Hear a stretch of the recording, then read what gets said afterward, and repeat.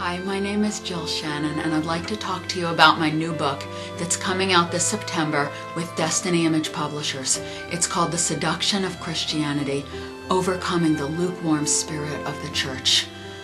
We are living in the last days, the last generation that will see the return of the Lord Jesus, and His bride has not yet made herself ready. This book is an intense training manual of spiritual preparation, so that we will be ready for both the gross darkness that's coming upon us and also the glorious outpouring of His Spirit that God is doing to counteract the evil and the darkness. Because as it was in the days of Noah, so it will be in the coming of the days of the Son of Man, and we have to respond in kind to this gross darkness. There are many topics covered in this book, but they all relate to bridal preparation. I'll just give you a few of the topics that we talk about. They're all spiritual preparation, not so much the physical preparation like food storage or preparing for earthquakes. That's important too, but this is all about spiritual preparation. One of the topics we talk about is knowing your destiny. There is a high and holy destiny that God has dreamed about for every single one of His children, even before we were born.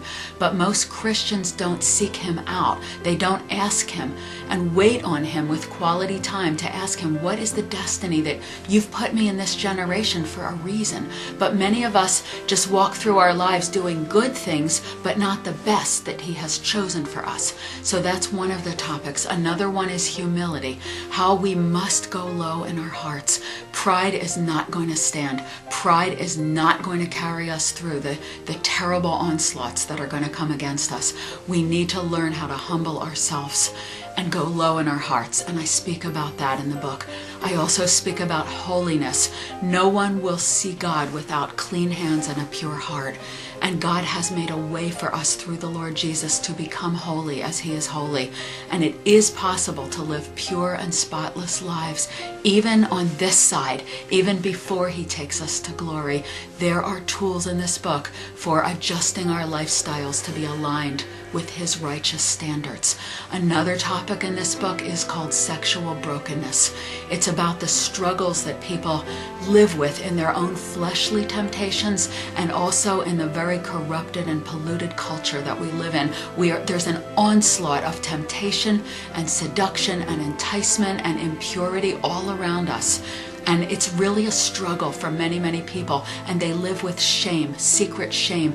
And this book, in this chapter on sexual brokenness, the Lord shows us how He came to set us free from shame. He nailed our shame to the cross, and He takes it off of us, and anyone can be an overcomer in this area. Things you've struggled with for years, or even had counseling for years, the Lord will lift it off of you in one moment.